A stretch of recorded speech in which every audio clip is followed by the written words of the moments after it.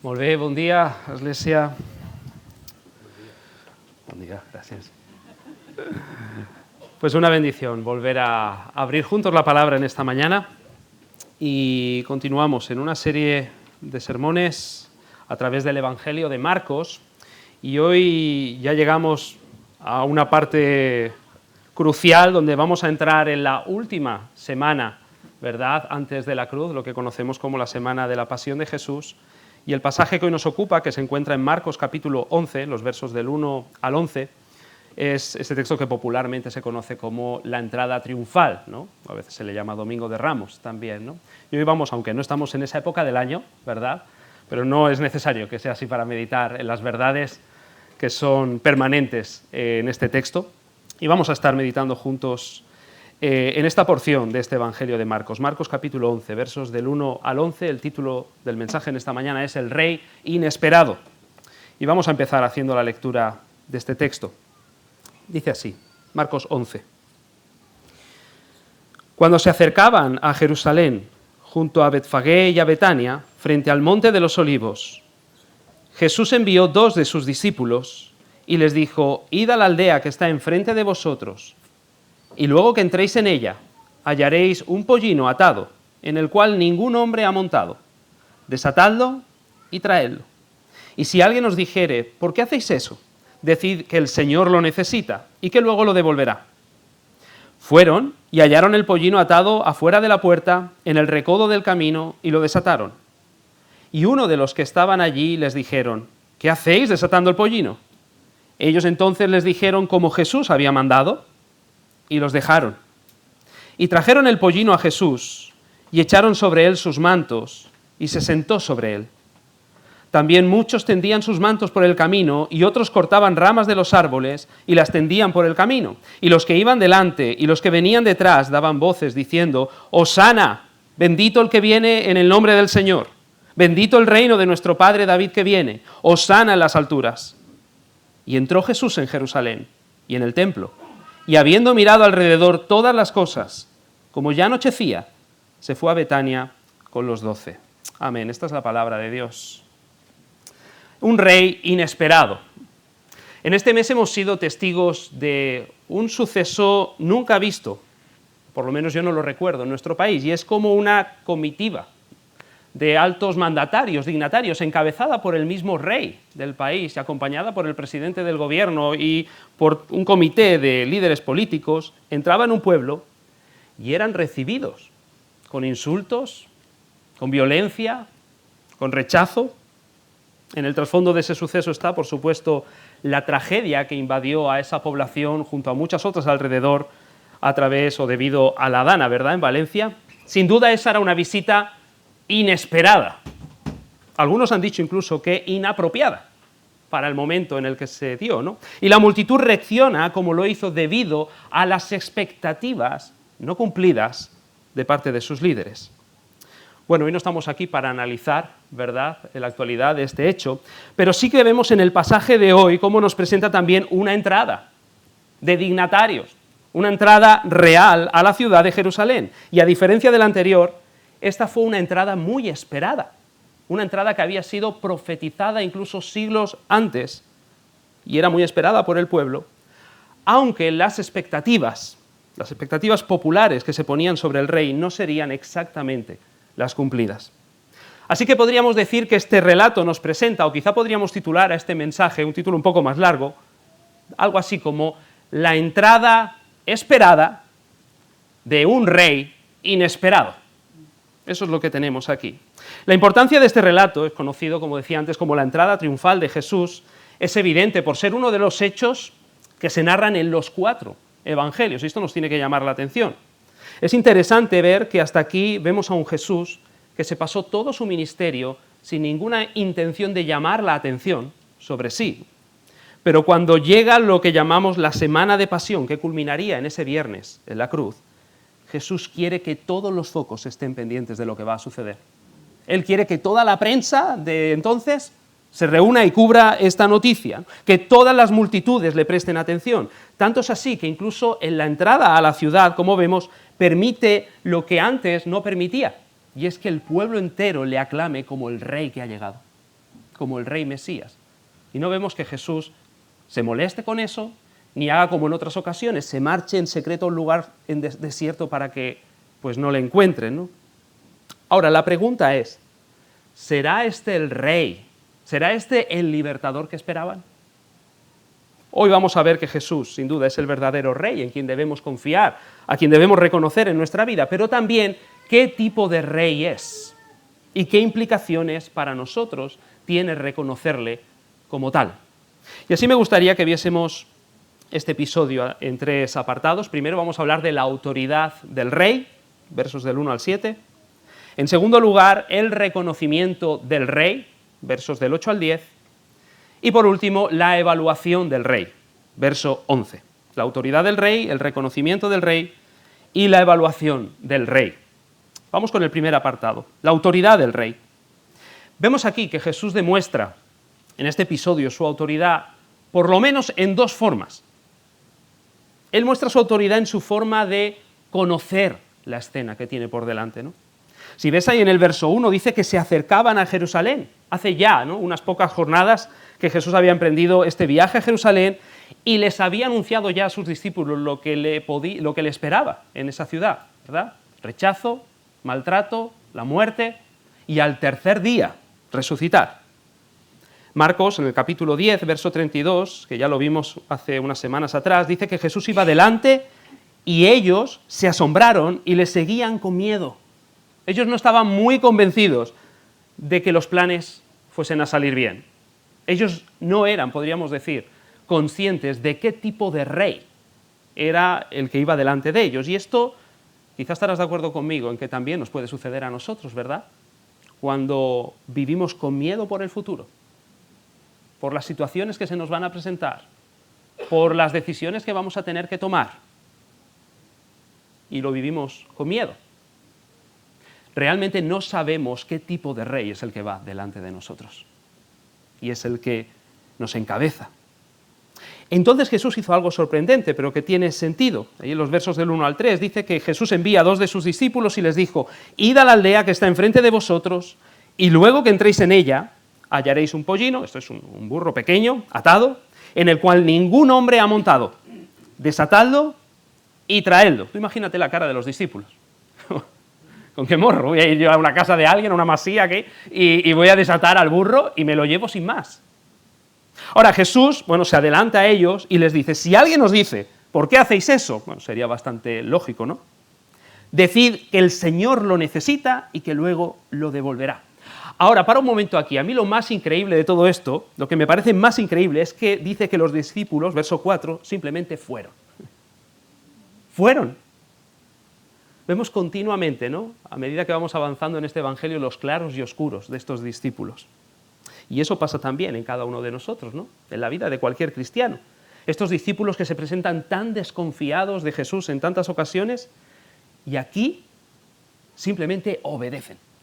Con una obediencia infantil, podríamos decir, sin rechistar, y van a una misión a la que ni ellos le encuentran sentido. Pero simplemente Jesús lo ha mandado. Ahora, lo asombroso viene cuando llegan a la aldea. Dice el verso 4 que encontraron el pollino atado afuera a la puerta en el recodo del camino y lo desataron exactamente tal y como Jesús dijo que sucedería. Y uno de los que estaban allí dijeron: ¿qué hacéis desatando el pollino? Y ellos entonces les dijeron como Jesús había mandado, es decir, el Señor lo necesita. Y dice que los de la casa los dejaron. ¿Qué está pasando aquí? Un poco extraña, ¿no?, la historia. Bueno, algo que debes tener en cuenta, no sé si estás pensando en ello, pero para ese tiempo no existían los móviles. No había WhatsApp. Jesús no hizo una llamada antes a esos propietarios para decirles: mira, que voy a enviarte a 2 de los míos, si podemos arreglar esto. No pudo enviarle un mensaje para darle esas indicaciones. Tampoco él había ido antes allí para arreglarlo todo. Se están acercando a esa ciudad y están a punto de llegar. Lo único que explica lo que aquí está pasando es un acceso a un conocimiento sobrenatural de parte de Jesús. El Señor de lejos conoce la disposición de esa aldea, de esa casa, de ese animal, hasta del corazón de esos propietarios. De hecho, el Señor conoce cada aldea. El Señor conoce cada pollino. El Señor conoce a cada propietario. Nota que Jesús dice, decid que el Señor lo necesita. Ahora, podría haber dicho, decidle que Jesús lo necesita. O como tantas veces se le da este título, ¿no? En el Evangelio, decid que el Maestro lo necesita. Pero él dice, decid que el Señor lo necesita, resalta su autoridad con ese título. Un título, de hecho, divino que se le reconoce a Dios. Él conoce el corazón de esos propietarios. Él sabe cómo van a responder esos propietarios al oír, el Señor lo necesita. Seguramente eran creyentes, seguramente eran discípulos y tenían suficiente con este dato. Si el Señor lo pide, si el Señor lo manda, si el Señor necesita algo, entonces no hay nada más que hablar. Lo hacemos. Todo esto nos habla, por supuesto, de la tremenda autoridad de Jesús, no solo sobre lo que está pasando. Piensa en esos discípulos que le están siguiendo sin saber muy bien lo que va a pasar y con miedo. Es una prueba para ellos que están llenos de miedo de todo lo que va a pasar en adelante en esa semana. Una semana caótica, desde un punto de vista, desde el mismo inicio de la semana. En la entrada a la ciudad, Jesús les está dejando claro quién tiene el control de todo lo que va a ocurrir en esa semana. Aunque ellos dudasen en algún momento, Jesús está al control del pollino. Jesús está al control de los propietarios, Él está al control de la entrada a Jerusalén, Él está al control de esa muchedumbre, Él va a estar en control hasta del mismísimo Poncio Pilato, y Él está al control del mismo momento de su crucifixión. Jesús está en autoridad y sabe lo que hace en todo momento. Ahora, no solo muestra su autoridad en su forma de conocer la escena, también en su forma de entrar a la escena. Nota ahí el verso 7, dice que trajeron el pollino a Jesús, y echaron sobre él sus mantos, y se sentó sobre él. Vale, de acuerdo, el Señor lo necesita, pero ¿por qué necesita entrar así Jesús a la ciudad? Otras veces había entrado a Jerusalén andando. O de hecho, si lo que quiere es entrar como un rey, podría quizá ¿no? haber elegido un animal un poco más digno de la realeza que un pollino, un buen caballo, blanco, elegante, triunfal, como un auténtico César, ¿no? De hecho, así es como entrarían los conquistadores romanos a una ciudad cuando querían arrasarla, ¿no? Y someterla a su dominio. Sin embargo, mira aquí la diferencia. Jesús no vino como un rey para arrasar la tierra de sus enemigos. Jesús, como ya hemos visto la semana anterior, vino como un rey que se ha hecho siervo para dar su vida en rescate por muchos, en una cruz. Sin embargo, hay otros datos aquí interesantes que debemos tener presente. Mira, se trataba de un pollino, dice el texto, en el cual ningún hombre había montado. Los judíos consideraban que un animal que cumplía esas características era un animal digno, adecuado para propósitos sagrados. Por ejemplo, para este caso, la coronación de un rey. Así lo vemos en otros episodios en el Antiguo Testamento. De hecho, el burro, el pollino, era un animal digno para la realeza, quizá no tanto para los romanos, pero sí en el ideal judío. Vemos, por ejemplo, cómo el rey Salomón montó en la mula de su padre David el día en que fue coronado. Eso está en el libro de Primera de Reyes, capítulo 1. Ahora, este hecho no sirvió solo para cumplir con una tradición davídica, simplemente. Tal y como Mateo lo narra, Marcos no recoge aquí esta profecía, quizá tiene que ver con la audiencia a la que Marcos se está dirigiendo, pero Mateo, que se dirige a judíos, él recoge una profecía aquí del profeta Zacarías hecha como casi 500 años antes, y allí decía el profeta, decida la hija de Sión, esto es Jerusalén, he aquí tu rey viene a ti, manso, sentado sobre un asna, sobre un pollino, hijo de animal de carga, como 500 años antes. Impresionante. Con esa forma de entrar a Jerusalén, Jesús está diciéndole a todo el mundo que Él es el Rey, que Él es el Mesías, que Él es el conquistador prometido, que Él es el que, aunque ha venido manso, no ha venido como dictador, sino como dice el profeta Isaías, como príncipe de paz, tiene toda la autoridad. Y no solamente sobre Israel, como enseñan los profetas, sino sobre todas las naciones de la tierra. Este es Jesús. Ahora, siendo así, ¿cómo debemos responder nosotros a la autoridad de este rey? Pues déjame darte 3 respuestas aquí. La primera, confiando. Confiando. Estos discípulos están llenos de miedo y llenos de dudas y pudieron ver en primera fila cómo es la autoridad de Jesús, su control absolutamente de todo lo que tenía que pasar en esa semana. Y esto nos dice a nosotros hoy, de la misma manera que Él tiene conocimiento y control de todos los detalles de tu vida y de la mía, de la macrohistoria y de tu microhistoria también. Y si somos sus discípulos, podemos confiar en que Él lo está orquestando todo para nuestro bien. Así que confía en Él en medio de tu situación, confiando. En segundo lugar, obedeciendo. Simplemente es sorprendente, nos tiene que llamar mucho la atención las respuestas de los diferentes actores en este episodio. Obediencia sin rechistar. Obediencia infantil. Que si id a la aldea y llevaos un pollino. Y fueron. Que si el Señor lo necesita y sin más información, los dejaron ir. Esta es la respuesta que merece el rey. Esta es la respuesta al rey.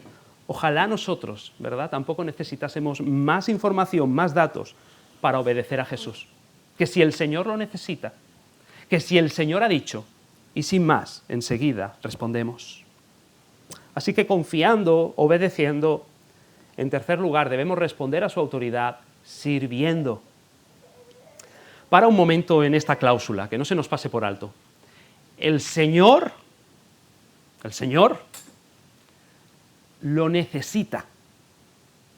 ¿No te parece una contradicción de términos? Qué contradictorio, ¿no? El Señor no necesita nada que nosotros tengamos, ¿no? Dice el Salmo 50, no tomaré de tu casa becerros, ni machos cabríos de tus apriscos, porque mía es toda bestia del bosque, y los millares de animales en los collados. Conozco a todas las aves de los montes, y todo lo que se mueve en los campos me pertenece. Si yo tuviese hambre, no te lo diría a ti, porque mío es el mundo y su plenitud, dice el Señor.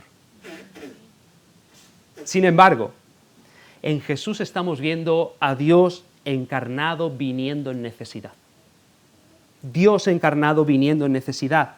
Él nació en aquel pesebre como un bebé dependiente, en un pesebre prestado, entró en Jerusalén con un pollino prestado, hasta fue crucificado en la cruz de otro, y lo enterraron en una tumba de otra persona. ¿Por qué exponerse a todo eso? Bueno, podríamos decirlo de esta manera. Jesús quiso necesitar de nosotros para darnos el privilegio de que seamos colaboradores en su reino. No hay otra razón. Aquellos, como vemos en nuestro texto, en la inauguración de su reino, ahora nosotros en su extensión y hasta su consumación, cuando un día Él regrese. Que esto, hermanos, nos estimule a servirle con pasión, con toda nuestra vida, con todos nuestros dones, con todos los recursos que tengamos, por ínfimos que sean, por pequeños que sean, en las manos del Señor van a ser útiles si los ponemos a su disposición para llevar a cabo sus propósitos. Jesús quiso necesitar de todos esos actores para hacer su entrada triunfal. Algo narrado en los 4 evangelios, algo que se va a seguir recordando hasta que Jesús regrese. Algo que mueve su reino hacia adelante. Sirvamos al Señor con todo lo que somos y con todo lo que tengamos, hasta las cosas más pequeñas van a ser útiles en sus manos, hasta que Él vuelva un día y nos dirá aquello de bien, buen siervo y fiel. En lo poco has sido fiel, sobre mucho te pondré, entra en el gozo de tu Señor. Entonces hemos hablado, en primer lugar, de la autoridad del rey. Veamos en segundo lugar el reconocimiento del rey, versos del 8 al 10. Y cuando nos acercamos a lo que sucede en este episodio, podríamos decir que fue un reconocimiento sincero, pero equivocado en sus expectativas. Nota ahí que fue reconocido por multitudes, dice el verso 8, que también muchos tendían sus mantos por el camino y otros cortaban ramas de los árboles y las tendían por el camino. El Evangelio de Mateo nos habla aquí que era una multitud muy numerosa. Estamos hablando de miles y miles de personas. No debes de olvidar qué semana era esta. Esta es la semana de la Pascua, en la que miles y miles de judíos peregrinaban de todo el imperio y venían a Jerusalén, de todas partes. De hecho, se estima que esa semana podría haber como unos 2 millones de personas en esa ciudad. De hecho, mira el verso 9, habla de los que iban delante y de los que iban detrás. O sea, por un lado, todos los que acompañaban a Jesús, luego todos los que salían de la ciudad con euforia para recibirle. Estamos hablando de miles y miles de personas que están acompañando a Jesús al entrar en la ciudad. Imaginaos el alboroto, imaginaos la prensa que tuvo eso, imaginaos las autoridades de la ciudad. La gran mayoría eran personas que estaban fascinadas por los milagros que Jesús hacía. De hecho, recientemente, nos dice ahí el Evangelio de Juan, capítulo 12, acababa de ocurrir la resurrección de Lázaro. Y después hizo esta entrada triunfal, así que muchos venían para ver a quien había hecho semejante milagro, ¿verdad? Ahora, no solo fue reconocido por multitudes, ves también que fue reconocido como el esperado rey Mesías. De verdad lo reconocían así.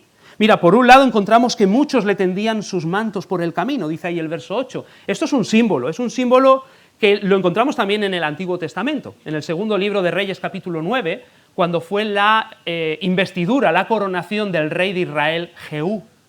Todos pusieron sus mantos en el camino. Es un símbolo de sumisión ante el nuevo rey que llega.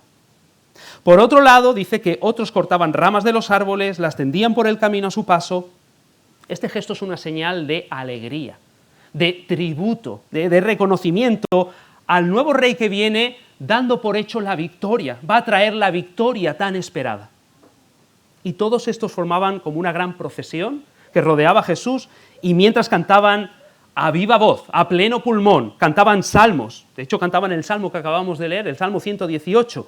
Hosana, bendito el que viene en nombre del Señor, bendito el reino de nuestro Padre David que viene, hosana en las alturas. Hosana significa salva, salva ahora, te estábamos esperando, por fin estás aquí. Como digo, está inspirada estas palabras en el Salmo 118. Este salmo es un canto de alabanza que encuentra su esperanza en la venida de ese Mesías, en la venida de ese rey futuro, y ellos aquí están identificando a Jesús con ese Mesías, con ese rey, con el que había de venir. Pero, detrás de todo este homenaje, lo que encontramos en la mente de esta multitud son expectativas equivocadas, motivos incorrectos acerca de ese rey que esperaban. Esta multitud está esperando que al cruzar de esa manera tan profética la línea roja, al atreverse a entrar así por las puertas de la ciudad de Jerusalén, Jesús iba a tomar por la fuerza el gobierno de Israel otra vez, iba a arrasar con el imperio opresor e iba a devolver otra vez a la nación a su antiguo prestigio y esplendor. Ellos estaban gritando, salva ahora, pero lo único que tenían en su mente era un asunto material, un asunto nacionalista. Liberación del yugo romano y prosperidad nacional, prestigio, economía.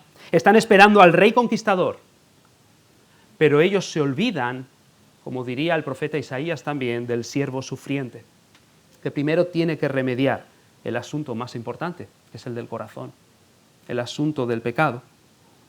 De hecho, Jesús podría haberlo hecho como quería, y en efecto, así Jesús lo va a hacer. Cuando regrese en su segunda venida, va a manifestar su reino con poder y con fuerza. Pero el problema de haber hecho esto en esa primera venida, en esa primera llegada, es que Cristo sí arrasaría con todo, sí conquistaría todo, Él tiene el poder más que suficiente para hacerlo. El problema es que acabaría solo en su reino. Sería un Salvador que no salva a nadie. Porque todos sus adversarios, y esto incluye a toda la humanidad, rebelde contra Dios. Nuestro sentir es como el de aquellos que Jesús describe en una parábola. Miramos al Señor y decimos, no queremos que se reine sobre nosotros. Toda la humanidad tendría que haber sido arrasada. Pero bendito el que viene en el nombre del Señor, que Él quiso hacer una primera parada antes por el Calvario, para redimir a pecadores, para salvar a rebeldes como tú y como yo, y que estuviésemos en su reino juntamente con Él. Bendito el Señor. Bendito el que viene en el nombre del Altísimo.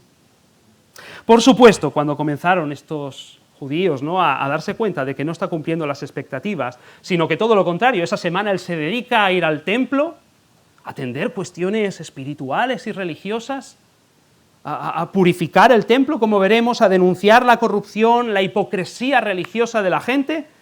Ellos dejaron de ver en él al rey prometido y empezaron a ver en él a un fraude, a un impostor, que no merece nada menos que ser crucificado como impostor. Y de hecho solo pasarían unos pocos días en ese viernes para que la multitud que ahora está aclamando a Jesús como ese rey que viene, se convierta en una turba, que empiecen a gritar: crucifícale, crucifícale. Como que dice un comentarista bíblico sobre este texto, aquí solamente tenemos una falsa coronación del verdadero rey. Y, continúa diciendo, falsas coronaciones como estas suceden cada día en muchos corazones. Que sí, yo acepto a Jesús, sí, yo le veo como el Mesías, como el Salvador, pero lo único que quiero es que Él cumpla mis metas, mis sueños, mis placeres. Es como un añadido a la vida que ya llevo, pero que me ayude a mejorarla, que me ayude a llegar a ser aquel que yo siempre soñé, ¿verdad? Es un amuleto simplemente. Si este episodio nos está enseñando algo muy claro en esta mañana, es que podemos hablar, podemos cantar, de hecho aquí podemos hacerlo cada semana también en el culto, podemos cantar que Jesús es el Rey como lo hemos hecho, podemos alabarle como el Rey y sin embargo que no sea tu Rey. ¿Somos capaces de esto? La pregunta crucial es, ¿qué estás buscando en Jesús? ¿Buscas a Jesús? Muy bien, pero ¿a cuál?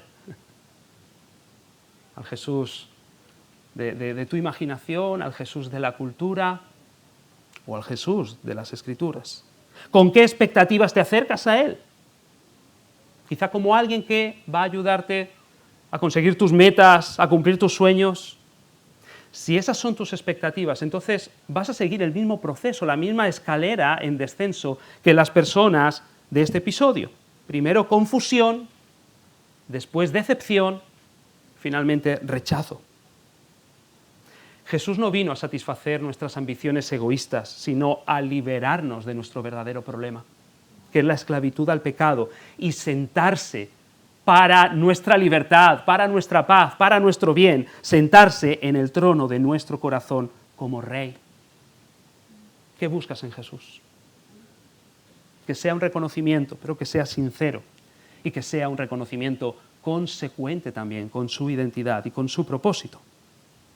Y así llegamos a la última parte de este sermón. Hemos hablado de la autoridad del Rey, del reconocimiento del Rey, por último, la evaluación del Rey. Ahí estamos en el último verso, verso 11. Este último versículo, como mínimo, es inquietante. Dice, y entró Jesús en Jerusalén. Imagínate ya las expectativas, ¿no? Y en el templo, ok. Y habiendo mirado alrededor todas las cosas, algo va a pasar. Como ya anochecía, se fue a Betania con los 12 a descansar. Todas las miradas están puestas sobre él. ¿Qué es lo que va a hacer? ¿Cuál es el siguiente paso? ¿Sacamos ya las espadas? Esto haría Pedro luego, ¿no? ¿Nos va a llevar a la gran victoria que todos esperamos? Algo simplemente material, algo simplemente terrenal, algo que no va a pasar el umbral de la muerte. Vendrán otros luego que seguirán luchando, vendrán otros imperios. No, lo que vemos es que Jesús evalúa todo. Jesús evalúa todo a su alrededor. Nota ahí, Jesús se fue directo al templo. Él no fue a la fortaleza Antonia, en la ciudad donde estaba Poncio Pilato, ¿verdad? Él tampoco fue al mismísimo palacio residencial de Herodes, del rey. Él fue al templo, donde los judíos se encuentran con Dios, donde adoran a Dios. Ah, bueno, claro, podrían pensar los judíos. Eso, de hecho, es lo que dice que hará el Salmo 118, ¿no? Eso es lo que tiene que hacer el Mesías. Dice ahí en los versos 26 y 27. Bendito el que viene en el nombre de Jehová, desde la casa de Jehová os bendecimos. Esto es el templo. Jehová es Dios, nos ha dado luz. Y ahora nota, atad víctimas con cuerdas a los cuernos del altar. Ah, ok. Él viene al templo, el Mesías va a ofrecer sacrificios para consagrarse a Dios antes de la batalla.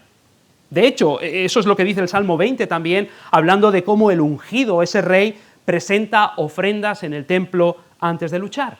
Así que, muy bien, Jesús, está bien, hay que orar antes de hacer nada. Muy bien, Jesús. Pero Jesús no está haciendo eso.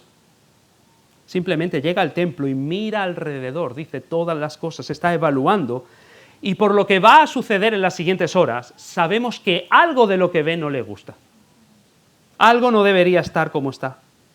De hecho, en su Evangelio, Lucas nos cuenta que al llegar, y no dice muchas veces esto el Evangelio de Jesús, se puso a llorar. Lloró sobre la ciudad de Jerusalén, porque conocía los corazones que le estaban esperando allí. La fe tan superficial y las prioridades tan materialistas que esclavizaban a estas personas, conocía la ceguera espiritual y la corrupción de los corazones. Claramente, Jesús no llega a esta ciudad con una misión política ni material. Su misión va a tener consecuencias materiales y políticas, de hecho para toda la creación, pero su propósito principal va a ser una misión espiritual. Él no vino a limpiar la ciudad de romanos, sino a limpiar los corazones del pecado. Y por supuesto va a ofrecer sacrificios en esa semana. Pero lo va a hacer a su debido tiempo y de una manera totalmente inesperada. Jesús evalúa todo a su alrededor, pero nota además la última cláusula. Jesús no solo evalúa todo lo que ve, él evalúa su propio programa, su propio tiempo, podríamos decir. Dice que como ya anochecía, se fue a Betania con los 12, un comentario que parece sin mayor importancia, pero que es interesante que vuelve a aparecer más tarde en el verso 19, lo cual nos ayuda a entender que Jesús vigila bien las noches. Porque él sabe que en una de esas noches van a venir a buscarle.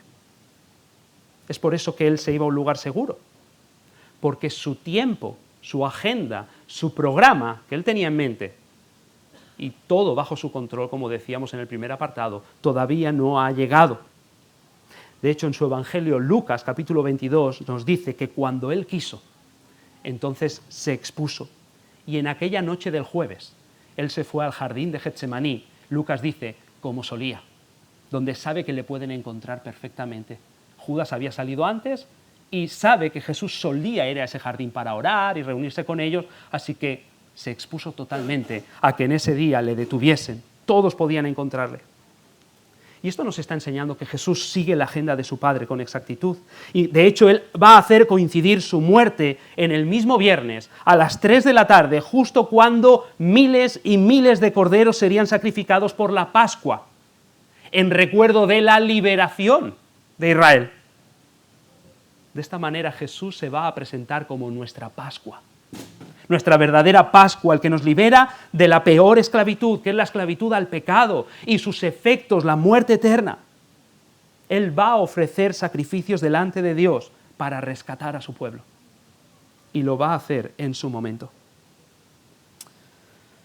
Jesús sigue hoy con su misión espiritual. El Nuevo Testamento dice que todos los que hoy hemos creído en Él, todos sus discípulos y por tanto la Iglesia, somos el templo de Dios. Así que podemos hacer un paralelismo. Igual que Él llega a su templo, el Rey también llega hoy a su templo para evaluar tu vida y la mía, su Iglesia. Él ve si en nosotros, en esta mañana, aquí mismo, aquí sentados o aquí de pie, hay un reconocimiento sincero y consecuente a toda costa. No entiendo lo que me está mandando, pero voy porque lo manda Él. O solamente superficial, interesado y pasajero. Aunque yo le llame rey, muestra mi vida que Él es mi rey. Ahora Él no ha venido solo aquí a evaluarnos, como vemos en el texto. Él también quiere purificarnos. Él quiere purificarnos como va a hacer en ese templo y luego va a demostrar en la cruz. Jesús no solo viene a ofrecernos su evaluación en esta mañana, Él viene a ofrecernos su sacrificio. Él viene a ofrecernos su cruz, su gracia, esa gracia que consiguió en su sacrificio. Jesús es el Rey que se presenta como siervo para conquistar, para liberar, para arrasar, pero con todo lo malo que hay en tu corazón y en el mío, y poder renovarlo. El Mesías presenta sacrificios, ata víctimas al altar. Él fue esa víctima, clavada en una cruz, para rescatar a rebeldes como nosotros, que hoy le confesamos como Rey y Salvador. Es posible y comprensible que te incomode que alguien te esté mirando todo el rato, ¿verdad? Ya no te digo si sabes que esa persona tiene algo así como rayos láser y puede evaluar todo lo que hay dentro de ti. Y no me refiero a tus órganos, sino a todos tus pensamientos, a todos tus sentimientos, a todo lo que ha pasado por tu mente en esta semana, a todo lo que has dicho, a todo lo que has hecho. Puede ser bastante incómodo, pero que no te incomode que sea Jesús quien haga eso. Porque Él no viene solamente a evaluarte, Él no viene solamente a examinarte, Él viene a ofrecerte su gracia por medio de su sacrificio y así limpiarte, sanarte y restaurarte. En conclusión, hoy hemos visto que Jesús es el verdadero Rey y Salvador y que reconocerle tiene consecuencias, tiene efectos. Él es digno de que le obedezcamos rápidamente, de que confiemos todo nuestro futuro en sus manos, porque Él tiene conocimiento, Él tiene control de todos los detalles de la vida. Y Él es digno de que colaboremos en su programa, sirviéndole con todos los recursos que tengamos, sean pequeños o sean grandes, son útiles para su reino. ¿Es así como lo hemos reconocido? El Rey hoy viene a evaluarnos. El Rey hoy viene a ofrecernos su cruz, donde podemos seguir encontrando paz, perdón y restauración. Y si aún hoy aquí no estás en el bando de este Rey, deja que Él haga la entrada triunfal a tu corazón también. Llámale, grítale, Hosana, sálvame a mí ahora. Ven a Él hoy en arrepentimiento y fe. Proclámale como el Salvador, como el Rey de tu vida, y entonces Él te va a transformar de un rebelde a un integrante y a un colaborador de su reino. Y en todo esto no dejemos de mirar hacia aquel día en el que Jesús, que llegó en debilidad, sentado en un pollino, acompañado de un séquito de discípulos, va a volver también con poder. Sentado en un caballo blanco, su séquito va a ser un ejército de ángeles para reinar sobre toda la tierra. En su primera venida su corona fue discutida.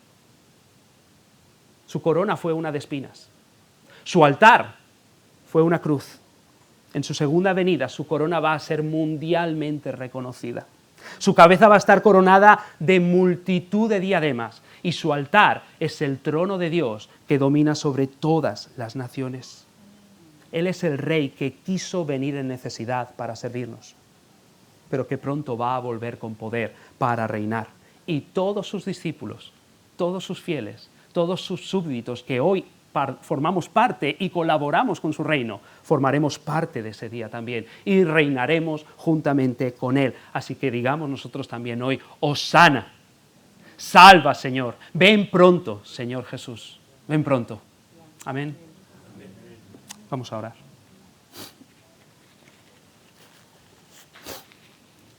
Padre, gracias por tu palabra, por poder meditar juntos en este evento del Evangelio, en esta entrada que Jesús hizo en Jerusalén como el verdadero Rey. Hoy, Señor, queremos reconocer que muchas veces le llamamos Rey, hablamos de Él, decimos que le reconocemos como tal, pero muchas veces es de una manera superficial, de una manera interesada, de una manera pasajera. Pedimos que tú nos perdones. En este día reconocemos que necesitamos que este Rey evalúe nuestro corazón y queremos dejar que Él lo haga, queremos examinarnos, porque a la vez también confiamos en que este Rey no ha venido para arrasar a sus enemigos sin antes ofrecer la gracia que salva, la gracia que transforma, la gracia que renueva. Hoy queremos recibir esa gracia también, esa gracia que Él compró en el Calvario al final de esa semana y que es vigente y válida para nosotros todavía hoy. Hoy es día todavía de salvación. Que muchos en esta mañana aquí clamemos, sálvanos, sálvanos ahora, sálvanos de nuestros pecados, sálvanos de aquellas cosas que están mal en nuestras vidas, de esas malas prioridades, de todas esas metas que están desenfocadas. Quita todas esas cosas y que Jesús esté en el trono de nuestro corazón, que podamos confiar y a la vez también sujetarnos a su autoridad en todas las áreas de nuestra vida y que Él sea el Rey que merece ser sobre cada uno de nosotros y sobre esta iglesia. Oramos, Padre, en el nombre de Jesús. Amén y amén. Muy bien, iglesia.